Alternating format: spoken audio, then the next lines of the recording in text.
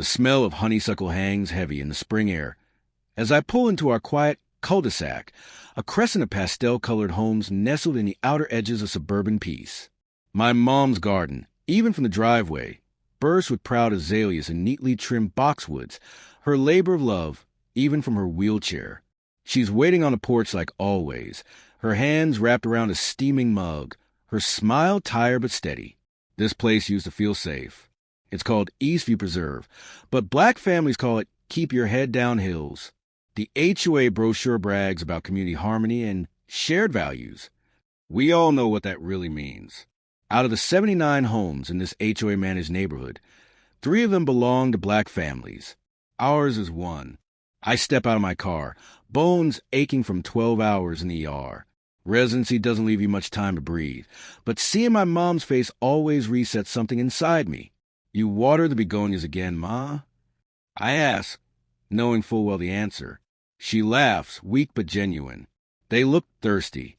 Unlike you, you look like someone sucked your soul out with a straw. She's always been the strongest person I know. After the stroke, she refused to let the chair define her. She adapted, built garden beds she could reach, organized canned food drives from our front porch, made this house into a home again. So when the first note shows up, I almost laugh. It's a compliance warning, bright yellow, slapped right on our door like a scarlet letter. Front porch contains unauthorized personal items, potted plants, wind chimes, decorative flags. Please remove within 72 hours. Personal items? Those were her therapy tools, things her occupational therapist recommended to keep her engaged. We brush it off. Maybe someone's being extra picky. Maybe it's a mistake. But deep down, something itches. I've lived here long enough to read between the lines. The next day, our mailbox leans sideways, post snapped clean through like someone kicked it. My mom says maybe it was a delivery truck. I check the camera. Nothing. The footage cuts out between 2:14 a.m. and 2:17 a.m. It happens again 2 days later. This time, our trash bin is rolled into the middle of the street, lid torn clean off. Another yellow notice, tucked into our front gate. Improper bin storage. Something is off. It's too targeted. Too coincidental. I glance across the street. Karan Lockridge, HOA board member and self-declared community ambassador, watches from her porch like she's in a throne room. She lifts her phone, pretends she's texting. I can feel her gaze, the way people look at you when they're trying to remind you you're not supposed to be comfortable here. My gut twists. It's subtle for now, but it's a signal. Something's coming. And if they think I'm just going to roll over while they come after my mom, they're about to learn who they're dealing with. It starts escalating like a slow leak in the ceiling. Quiet, constant, and impossible to ignore. A second notice comes in the mail. This one is typed formal and cold. Violation #328. A. Unapproved modifications to front walkway. My mom's ramp, the ADA-compliant one installed by her doctor's referral, is now labeled a visual obstruction. I call the HOA office. No answer. I leave a voicemail. No response. 2 days later, a fine appears in our mailbox. $150. Due immediately. What walkway? My mom asks, squinting at the letter. The one that lets you get to the car. I mutter. I reread the letter, but it says what it says. It also mentions a follow-up compliance check to be conducted within 48 hours. They're treating a disability ramp like it's graffiti. I look up the HOA bylaws. There's nothing in there about ramps, only a vague clause about architectural uniformity. I scroll deeper. The current HOA president, Dale Lockridge, Karen's husband. Of course. I dig into his bio. Retired insurance executive. Never held a city permit in his life. Self-appointed defender of property values. Every photo of him shows the same smug grin, like he's already dismissed you without hearing a word. That night, I stay up watching the footage from our porch cam. I fast forward through hours of empty streets and squirrels until I catch it. 1:43 a.m. A dark SUV stops in front of our house. The headlights cut out. A figure steps out, tall, broad-shouldered. He walks to our front lawn, kneels by the ramp, takes a few photos, then walks off. He never looks at the camera. But the license plate? It's clear as day. DLK 5792. The next morning, our rose trellis is bent in half. Not storm damage. Not a dog. The screws are cleanly sheared. Someone did this. My mom's getting nervous. She tries to act like it's not a big deal, but her hands tremble when she reaches for her tea. Maybe we're just imagining it, she says. Maybe it's nothing. But it's not nothing. It's harassment, dressed up in paperwork. I decide to confront someone politely. I go to the next HOA community coffee in the clubhouse. Dale is there, front and center in his blue blazer, talking to a group of older white residents about maintaining standards. I wait until the break, then approach. Hi, Mr. Lockridge. I'm Dr. Aiden Price. My mom lives on Magnolia Court, the ADA ramp. He smiles too wide, like he's performing. Ah, yes, Magnolia. Lovely street. You folks just moved in, right?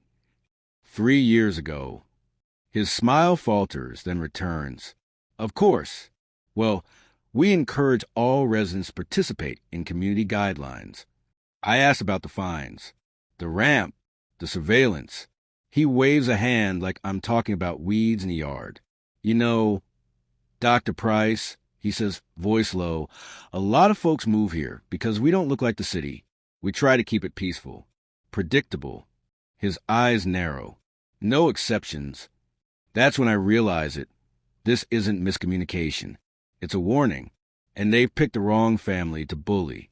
2 mornings later, I find a red tag stapled to our front porch railing. Final notice, structure in violation, subject to removal. It's taped directly onto the ADA ramp. No phone call, no hearing, no appeal, just a threat of demolition. I call the HOA again. Still no answer. I show up at their office down the road, only to find it temporarily closed for renovation. My stomach churns. I bring the tag inside and lay it flat on the table. My mom's quiet, staring at it like it's a death certificate. What does it mean? She asks. It means, I say, they're trying to erase you. That night, I drive to the clubhouse again, alone. No meetings this time. Just me, a lockpick I learned to use back in undergrad, and a healthy sense of righteous fury. I sneak into the conference room and flip through the HOA's filing cabinets. Dale's voice rings in my head. No exceptions. I find a folder labeled Architectural Compliance. Inside, a stack of violation forms, most of them stamped resolved or warned. A few familiar names. The Nguyen family across the street. The Harass, who just moved in last year. All black or brown. Not one white resident has a repeat violation. Then I find ours. It's an entire folder. Over a dozen notices, each one signed by Dale Lockridge. Some even have notes scribbled in the margins. Eyesore, inconsistent with neighborhood character. And the kicker, a copy of an email to the board with a scanned photo of our ramp and the subject line. Time to clean house before it spreads. I snap photos of everything. The next day, I march straight into the county office with the folder and demand to speak to the ADA compliance coordinator. They're stunned. They threaten to remove an accessibility ramp. The woman asks, flipping through the papers. Yep, I say. And that's not even the worst part. I file a formal complaint. Then I go one step further. I call Monique Jenkins, a local news anchor I met during a community health outreach campaign. I send her everything. The photos, the notices, the red tag, the email. She calls me within the hour. Oh, this is good, she says. This is very, very good. Meanwhile, Dale isn't backing down. He sends an official HOA letter threatening to take corrective action if the ramp isn't removed within 5 business days. Attached is a fake neighborhood vote showing unanimous consent. Something I know for a fact didn't happen. I knock on every door on our block. One by one, neighbors open up, some hesitant, some embarrassed, some angry. Turns out, Dale never held a vote. He just mailed out a summary of decisions and told people not to worry. I thought it was weird, Mr. Herrera says. He said it was just about trash cans. I record every conversation. The dam finally breaks when Mrs. Nguyen, a quiet elderly woman who usually avoids conflict, calls me in tears. "He fined me $300 for having a bird feeder," she whispers. "He said it might attract certain types of people." There it is, the mask slipping. This isn't about rules or property values. It's about control, about who belongs and who doesn't. They want us gone, silenced, compliant, but they've underestimated one thing. I know how to fight clean, and I know how to fight loud. And I'm about to bring both. The clubhouse is packed. More people than I've ever seen show up to an HOA meeting. Neighbors lean against the walls, whispering, exchanging uneasy glances. Even Mrs. Nguyen is here, clutching a folder in her lap like it's armor. I spot a Channel 9 camera, discreetly posted in the back. Dale stands at the front of the room in his usual blazer, clipboard in hand, posture smug. He taps the mic like he's about to host a game show. "Let's get started, folks. Thank you all for attending this special meeting regarding ongoing code compliance violations, particularly those concerning Magnolia Court." He doesn't look at me when he says it, but the entire room turns to face me. I don't flinch.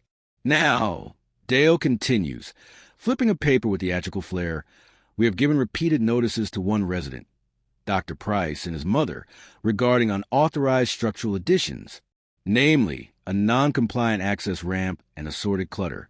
As of today, the board has voted to move forward with a scheduled removal. There are a few gasps, a couple mutters. He smiles, like a man lighting a match in a dry forest. I raise my hand. "Point of order," I say, loud enough for the mic to pick up. He gives me a fake chuckle. "This isn't a courtroom, Dr. Price." Could have fooled me, I say, especially with the lies. He stiffens. "Excuse me?" I step forward, unfolding the red tag and holding it up. "You claimed this was backed by a community vote. I went door to door. You never held one." I reach into my bag, pull out a stack of printed interviews, each with a signature from the resident. No one recalls being asked. Some are even lied to. Mr. Herrera was told the meeting was about trash cans. Mrs. Nguyen was told she was attracting the wrong type with her bird feeder. A few heads whip toward Dale. He tries to recover. Well, there's always a degree of misunderstanding when dealing with sensitive issues. I interrupt, calm and measured. "Is it a misunderstanding that you sign violation notices for only minority residents? That you call my mom's accessibility ramp an eyesore in your emails?" I click the remote in my hand. The projector behind Dale flickers to life. A screenshot of his email fills the screen. "Time to clean house before it spreads." Gasps ripple through the crowd. He spins around to face it, jaw slack. "This isn't hearsay, Dale. It's your words. Your car. Your surveillance.